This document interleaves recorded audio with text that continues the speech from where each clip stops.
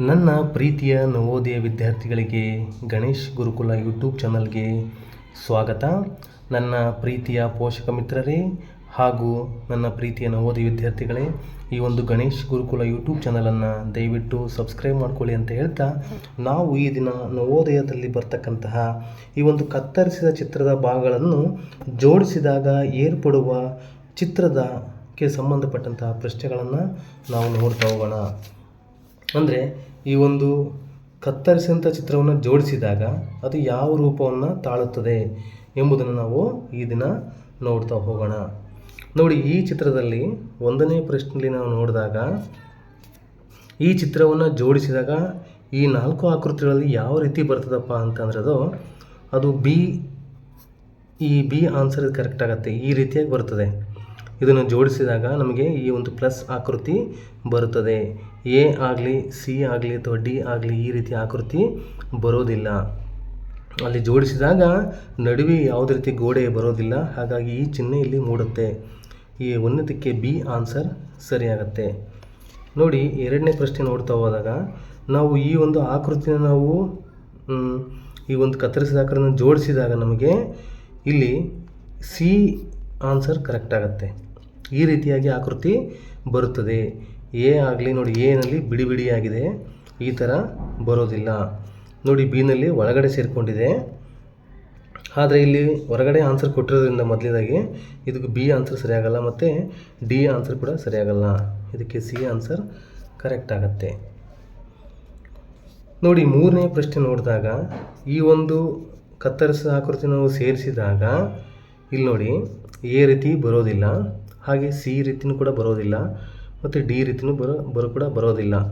ಇದಕ್ಕೆ B answer correct ಆಗುತ್ತೆ. ಯಾಕೆ ಅಂದರೆ ಈ ಚಿತ್ರವನ್ನು ಇಲ್ಲಿ ಇರಿಸಲಾಗಿದೆ, ಈ ಚಿತ್ರವನ್ನು ಇಲ್ಲಿ ಇರಿಸಲಾಗಿದೆ, ಈ ಇಂಟು ಚಿಹ್ನೆಯಲ್ಲಿ ಹಾಕಿದ್ದಾರೆ, ಈ ಒಂದು ಗೆರೆಯನ್ನು ಇಲ್ಲಿ ಇರಿಸಿದ್ದಾರೆ. ಹಾಗಾಗಿ ಈ ಒಂದು ಕತ್ತರಿಸಿದ ಚಿತ್ರ ಜೋಡಿಸಿದಾಗ ಈ ರೀತಿ ನಾವು ಮಾಡಬಹುದು.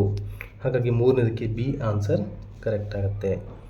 ನೋಡಿ, 4ನೇ ಪ್ರಶ್ನೆ ನೋಡಿದಾಗ ಈ ಒಂದು ಆಕೃತಿನ ನಾವು ಜೋಡಿಸಿದಾಗ ಈ ಒಂದು ಆಕೃತಿನ ಜೋಡಿಸಿದರೆ ಯಾವ ರೀತಿ ಆಗುತ್ತಪ್ಪ ಅಂತಂದರೆ ಅದು ಸಿ ಆನ್ಸರ್ ಕರೆಕ್ಟ್ ಆಗುತ್ತೆ.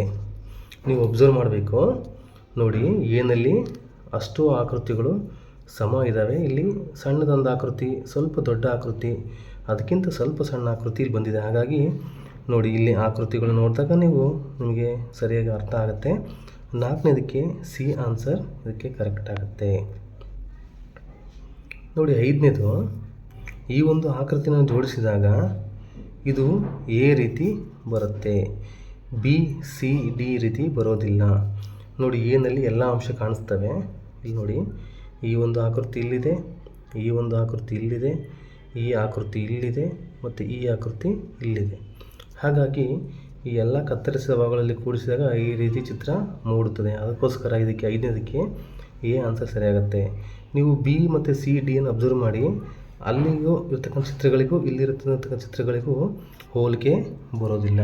ಹಾಗಾಗಿ ನೀವು ಸರಿಯಾಗಿ ಹೋಲಿಕೆ ಮಾಡ್ತಿದ್ದರೆ ನೀವು ಖಂಡಿತವಾಗಿಯೂ ಕರೆಕ್ಟಾಗಿ ಆನ್ಸರ್ ಮಾಡ್ತೀರಿ ಅಂತ ಹೇಳ್ತಾ, ಈ ಒಂದು ಗಣೇಶ್ ಗುರುಕುಲ ಯೂಟ್ಯೂಬ್ ಚಾನಲನ್ನು ಯಾರೆಲ್ಲ ವೀಕ್ಷಣೆ ಮಾಡ್ತಿದ್ದೀರೋ ದಯವಿಟ್ಟು ಎಲ್ಲರೂ ಸಬ್ಸ್ಕ್ರೈಬ್ ಮಾಡ್ಕೊಳ್ಳಿ ಅಂತ ಹೇಳ್ತಾ ಈಗ ಲೆಕ್ಕವನ್ನು ಮುಂದುವರಿಸ್ತಾ ಹೋಗೋಣ.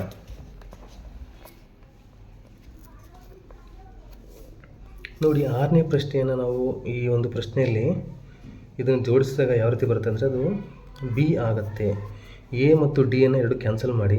ಸಿ ಯಾಕಾಗಲ್ಲ ಅಂದರೆ ಸಿನಲ್ಲಿ ಅಡ್ಡರೇಖೆ ಬಂದಿಲ್ಲ, ಈ ರೀತಿಯಾಗಿ ಅಡ್ಡರೇಖೆ ಬಂದಿಲ್ಲ. ಹಾಗಾಗಿ ಸಿಯನ್ನು ಕ್ಯಾನ್ಸಲ್ ಮಾಡಿ ಇದನ್ನು ಜೋಡಿಸಿದಾಗ ನಮಗೆ ಬಿ ರೀತಿಯಲ್ಲಿ ಆಕೃತಿ ಬರುತ್ತದೆ. ನೋಡಿ, 7ನೇದಕ್ಕೆ ಇಷ್ಟು ಆಕೃತಿಗಳನ್ನು ಸೇರಿಸಿದಾಗ ಯಾವ ರೀತಿ ಬರುತ್ತಪ್ಪ ಅಂದರೆ ಅದಕ್ಕೆ ಬಿ ಆನ್ಸರ್ ಕರೆಕ್ಟ್ ಆಗುತ್ತೆ. ಯಾಕೆ ಅಂತಂದರೆ ನೋಡಿ, ಈ ಸಣ್ಣ ಆಕೃತಿಗಳು ಇಲ್ಲಿದ್ದಾವೆ, ಮತ್ತು ಈ ಆಕೃತಿ ಈ ಭಾಗದಲ್ಲಿದೆ ಮತ್ತು ಈ ಆಕೃತಿ ಇಲ್ಲಿದೆ. ಹಾಗಾಗಿ ಬೇರೆ ಎಲ್ಲೂ ಈ ಚಿತ್ರಗಳು ಹೋಲಿಕೆ ಆಗೋದಿಲ್ಲ. ಎನಲ್ಲಿ ಅಥವಾ ಸಿನಲ್ಲಿ, ಡಿನಲ್ಲಿ ಆಕೃತಿಗಳು ನೋಡಿ, ಡಿನಲ್ಲಿ ಎಲ್ಲೂ ಸಣ್ಣ ಆಕೃತಿಗಳು ಬಂದಿಲ್ಲ. ಹಾಗೆ ಸಿನಲ್ಲಿ ಒಂದೇ ತ್ರಿಭುಜ ಇದೆ, 2 ತ್ರಿಭುಜ ಬಂದಿಲ್ಲ. ಮತ್ತು ಎನಲ್ಲಿ ನೋಡಿ ಈ ಒಂದು ಚಿತ್ರ ಇಲ್ಲಿ ಬಂದಿಲ್ಲ. ಹಾಗಾಗಿ ಇದಕ್ಕೆ ಬಿ ಆನ್ಸರ್ ಸರಿಯಾಗತ್ತೆ. 7ನೇದಕ್ಕೆ ಬಿ ಆನ್ಸರ್ ಕರೆಕ್ಟ್ ಆಗುತ್ತೆ. ನೋಡಿ, 8ನೇ ಪ್ರಶ್ನೆ ನೋಡಿದಾಗ ನಮಗೆ ಎಯನ್ನು ಕ್ಯಾನ್ಸಲ್ ಮಾಡಿ ಬಿಯನ್ನು ಕೂಡ ಕ್ಯಾನ್ಸಲ್ ಮಾಡಿ, ಇವೆರಡು ಬರೋದಿಲ್ಲ. ಸಿ ಮತ್ತು ಡಿಯನ್ನು ಅಬ್ಸರ್ವ್ ಮಾಡಿದಾಗ ನಮಗೆ ಸೂಕ್ಷ್ಮವಾಗಿ ಅಬ್ಸರ್ವ್ ಮಾಡಿದಾಗ ಇದಕ್ಕೆ ಸಿ ಆನ್ಸರ್ ಕರೆಕ್ಟ್ ಆಗುತ್ತೆ. ಡಿ ಆನ್ಸರ್ ಸ್ವಲ್ಪ ಇದು ಚಿಹ್ನೆಯಲ್ಲಿ ನೋಡಿದಾಗ ಹೋಲಿಕೆ ಮಾಡಿ ನೋಡಿದಾಗ ಬರೋದಿಲ್ಲ. ಈ ಒಂದು ಆಯತದ ಚಿಹ್ನೆ ಇಲ್ಲಿ ಕರೆಕ್ಟಾಗಿ ಬಂದಿದೆ, ಹಾಗಾಗಿ ಇದಕ್ಕೆ ಡಿ ಆನ್ಸರ್ ಬರೋದಿಲ್ಲ, ಸಿ ಆನ್ಸರ್ ಕರೆಕ್ಟ್ ಆಗುತ್ತೆ. ಯಾವೆಲ್ಲ ಎರಡು ಆನ್ಸರ್ಗಳನ್ನು ನೀವು ಮೊದಲು ಅಲ್ಲ ಅಂಥೇಳಿ ಕ್ಯಾನ್ಸಲ್ ಮಾಡಿಬಿಟ್ರೆ ಇನ್ನೆರಡರಲ್ಲಿ ನೀವು ಸ್ವಲ್ಪ ಹೋಲಿಕೆ ಮಾಡಿ ನೋಡಿದ್ರೆ ಆನ್ಸರು ಗೊತ್ತಾಗುತ್ತೆ. ನೋಡಿ 9ನೇ ಪ್ರಶ್ನೆ ನೋಡ್ತಾ ಹೋದಾಗ ಈ ಒಂದು ಆಕೃತಿ, ಕತ್ತರಿಸಿದ ಆಕೃತಿ ಜೋಡಿಸಿದಾಗ ಯಾವ ರೀತಿ ಬರುತ್ತಪ್ಪ ಅಂತಂದರೆ ಇದಕ್ಕೆ ಸಿ ಆನ್ಸರ್ ಕರೆಕ್ಟ್ ಆಗುತ್ತೆ. ನೋಡಿ ಜೋಡಿಸಿದಾಗ ಈ ರೀತಿ ಬರ್ತದೆ, ಎ ಆಗಲಿ ಅಥವಾ ಬಿ ಆಗಲಿ ಮತ್ತು ಡಿಯನ್ನು ಮೊದಲು ಕ್ಯಾನ್ಸಲ್ ಮಾಡಿ, ಡಿ ಈ ರೀತಿ ಬರೋದಿಲ್ಲ. ಮತ್ತು ಏನು ಕೂಡ ನೋಡಿ ಜಾಯಿಂಟ್ ಆಗಿಲ್ಲ, ಇದು ಏನನ್ನು ಕ್ಯಾನ್ಸಲ್ ಮಾಡಿ, ಬಿನೂ ಕೂಡ ತಪ್ಪಾಗಿದೆ, ಇದನ್ನು ಕ್ಯಾನ್ಸಲ್ ಮಾಡಿ, ಇದಕ್ಕೆ ಸಿ ಆನ್ಸರ್ ಕರೆಕ್ಟ್ ಆಗುತ್ತೆ. 9ನೇದಕ್ಕೆ ಸಿ ಆನ್ಸರ್. 10 ನೋಡಿ ತುಂಬ ಈಸಿಯಾಗಿದೆ. ಈ ಒಂದು ಆಕೃತಿನ ನಾವು ಕೂಡಿಸಿದ್ದೇ ಆದರೆ ಅದು ಸಿ ಇದೆಲ್ಲ ಈ ರೀತಿ ಆಕೃತಿ ಬರುತ್ತದೆ. ಇದನ್ನು ಡಿಯನ್ನು ಮೊದಲು ಕ್ಯಾನ್ಸಲ್ ಮಾಡಿ, ಎಯನ್ನು ಕೂಡ ಮೊದಲು ಕ್ಯಾನ್ಸಲ್ ಮಾಡಿ, ಬಿ ಮತ್ತು ಸಿಯನ್ನು ಇಟ್ಕೊಂಡಾಗ ನಿಮಗೆ ಬಿ ನೋಡಿ ಈ ಥರ ಆಕೃತಿ ಬಂದಿಲ್ಲ ಇಲ್ಲಿ, ಹಾಗಾಗಿ ಇದಕ್ಕೆ ಸಿ ಆನ್ಸರ್ ಕರೆಕ್ಟ್ ಆಗುತ್ತೆ. ನನ್ನ ಆತ್ಮೀಯ ಪೋಷಕ ಮಿತ್ರರೇ ಹಾಗೂ ನನ್ನ ಪ್ರೀತಿಯನ್ನು ಓದಿ ವಿದ್ಯಾರ್ಥಿಗಳೇ ಹಾಗೂ ಯಾರೆಲ್ಲ ಈ ಒಂದು ಗಣೇಶ್ ಗುರುಕುಲ ಯೂಟ್ಯೂಬ್ ಚಾನಲನ್ನು ವೀಕ್ಷಣೆ ಮಾಡ್ತಿದ್ದೀರೋ ನನ್ನ ಎಲ್ಲ ಪ್ರೀತಿಯ ವೀಕ್ಷಕರೇ, ದಯವಿಟ್ಟು ಈ ಒಂದು ಗಣೇಶ್ ಗುರುಕುಲ ಯೂಟ್ಯೂಬ್ ಚಾನಲನ್ನು ಸಬ್ಸ್ಕ್ರೈಬ್ ಮಾಡಿಕೊಡಿ, ಹಾಗೆ ಲೈಕ್ ಮಾಡಿ, ಹಾಗೆ ಈ ಒಂದು ಚಾನಲ್ ಬಗ್ಗೆ ಕಮೆಂಟ್ ಸೆಕ್ಷನ್ನಲ್ಲಿ ನಿಮ್ಮ ಅಭಿಪ್ರಾಯವನ್ನು ತಿಳಿಸಿ ಅಂತ ಹೇಳ್ತಾ ಈಗ ಲೆಕ್ಕವನ್ನು ಮುಂದುವರಿಸ್ತಾ ಹೋಗೋಣ. ನೋಡಿ ಈ ಒಂದು ಭಾಗದಲ್ಲಿ ಈ ಒಂದು ಆಕೃತಿಯನ್ನು ನಾವು ಸೇರ್ಪಡಿಸಿದ್ದೇ ಆದರೆ ಇಲ್ಲಿ ನೋಡಿ ಮೊದಲು ನೀವು ಸಿಯನ್ನು ಕ್ಯಾನ್ಸಲ್ ಮಾಡಿ, ಹಾಗೆ ಡಿಯನ್ನು ಕೂಡ ಕ್ಯಾನ್ಸಲ್ ಮಾಡಿ, ಇವೆರಡರಲ್ಲೂ ಆಕೃತಿಗಳು ಬಂದಿಲ್ಲ, ಎಲ್ಲ ಆಕೃತಿಗಳು ಬಂದಿಲ್ಲ. ಹಾಗಾಗಿ ನೋಡಿ ಬಿಯನ್ನು ಮತ್ತು ಎಯನ್ನು ಹೋಲಿಕೆ ಮಾಡಿದಾಗ ನೋಡಿ ಬಿನಲ್ಲಿ ಕೆಲವು ಆಕೃತಿಗಳು ಬಂದಿಲ್ಲ, ಹಾಗೆ ಕತ್ತರಿಸಿ ಜೋಡಿಸಿದಾಗ ಈ ಥರ ಗೆರೆ ಒಂದು ಬರೋದಿಲ್ಲ ಇಲ್ಲಿ, ಇದಕ್ಕೆ ಎ ಆನ್ಸರ್ ಕರೆಕ್ಟ್ ಆಗುತ್ತೆ. ನೋಡಿ ಎನಲ್ಲಿ ಎಲ್ಲ ಆಕೃತಿಗಳಿದ್ದಾವೆ, ನೋಡಿ ಈ ಆಕೃತಿ ಇಲ್ಲಿದೆ ಮತ್ತು ಈ ಆಕೃತಿ ನೋಡಿ ಇಲ್ಲಿದೆ, ಈ ಎರಡು ಸಣ್ಣ ಆಕೃತಿಗಳು ಇಲ್ಲಿ ಒಳಗಿದ್ದಾವೆ, ಈ ಒಂದು ಆಯತದ ಚಿತ್ರ ಇಲ್ಲಿದೆ, ಹಾಗಾಗಿ ಇದಕ್ಕೆ ನೋಡಿ ಎ ಆನ್ಸರ್ ಕರೆಕ್ಟ್ ಆಗುತ್ತೆ. ನೋಡಿ ಬಿನಲ್ಲಿ ಆಯತ ಇಲ್ಲ, ಇಲ್ಲಿ ನೋಡಿ ಇದರಲ್ಲಿ ಇನ್ನೂ ಸಣ್ಣ ಎರಡು ತ್ರಿಭುಜಗಳಿಲ್ಲ, ಇದರಲ್ಲೂ ಕೂಡ ಆಯತ ಇಲ್ಲ, ಹಾಗಾಗಿ ಇದಕ್ಕೆ ಎ ಆನ್ಸರ್ ಕರೆಕ್ಟ್ ಆಗುತ್ತೆ. 1ನೇದಕ್ಕೆ ಎ ಆನ್ಸರ್ ಕರೆಕ್ಟ್ ಆಗುತ್ತೆ. ನೋಡಿ ಈ ಆಕೃತಿಯನ್ನು ಸೇರಿಸಿದಾಗ ನಾವು ಎಯನ್ನು ಮೊದಲು ಕ್ಯಾನ್ಸಲ್ ಮಾಡಿ ಮತ್ತು ಡಿಯನ್ನು ಕೂಡ ಕ್ಯಾನ್ಸಲ್ ಮಾಡಿ, ಈ ಬಿ ಮತ್ತು ಸಿಯನ್ನು ಅಬ್ಸರ್ವ್ ಮಾಡಿದಾಗ ಇದಕ್ಕೆ ಬಿ ಆನ್ಸರ್ ಕರೆಕ್ಟ್ ಆಗುತ್ತೆ.